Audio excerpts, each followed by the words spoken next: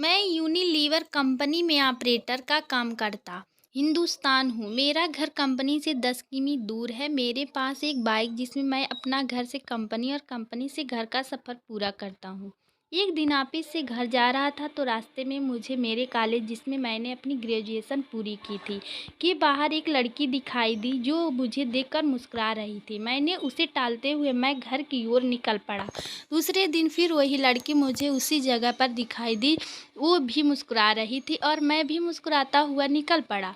मुझे उसकी प्यारे से मुस्कान से प्यार हो गया था, लेकिन कभी रुकने की कोशिश नहीं की। वो लड़की कई दिनों तक मुझे दिखी और एक दिन वो मुझे वहाँ नहीं दिखाई दी।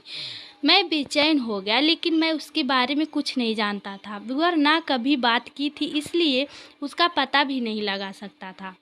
मैं कई दिनों तक उस लड़की के नहीं दिखने से बेचैन रहा। कई बार तो मैं कंपनी से जल्दी निकलकर उसका इंतज़ार भी करता, पर वो मुझे नहीं दिखी। एक दिन मेरे मोबाइल पर किसी अनजाने नंबर से फ़ोन आया था। मैं और मेरा दोस्त जैसे ही कॉलेज के बाहर पहुँचे तो वहाँ वो लड़की कहीं पर भी दिखाई नहीं दी। मैंने काफ़ी फ़ोन लगाए, लेकिन फ़ोन स्विच ऑफ था।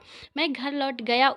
घर में घुसते ही उसका फ़ोन आया तो मैंने गुस्से से कहा कि हम वहाँ पर आपका इंतज़ार कर रहे थे, आप क्यों नहीं आए? तो उसने कहा कि तुम अपने दोस्त को क्यों साथ लेकर आए थे? मुझसे अकेले मिलने आना। मैंने कहा ठीक है। अगले दिन सुबह-सुबह मैंने उसके फ़ोन लगाया, लेकिन उसकी मम्मी ने फ़ोन उठा लिया। मैं एक बार तो डर गया, लेकिन कॉलेज के प्रोजेक्ट का बहाना कर उससे बात करने को उसकी मम्मी से कहा। उसकी मम्मी ने कहा, पागल हो गए हो क्या? प्रिया को मरे तो 3 महीने हो चुके हैं। मैंने हक्का-बक्का रह गया और मेरे हाथ से मोबाइल छूट गया और मैं बुरी तरह काँपने लगा। मैंने सोचा कि जिस लड़की को देख रहा था और जिससे मैं बात कर रहा था वो एक आत्मा थी। मुझे फिर भी विश्वास नहीं आया। मैंने अगले दिन फिर प्रिया की मम्मी के फ़ोन लगाकर सारी घटना सुनाई, तो उन्होंने कहा मेरी बात पर यकीन ना हो तो मेरे घर आकर देख लो। मैं प्रिया के घर गया तो प्रिया के फ़ोटो पर माला लगी थी। उसकी माँ ये घटना सुनकर भावुक हो गई।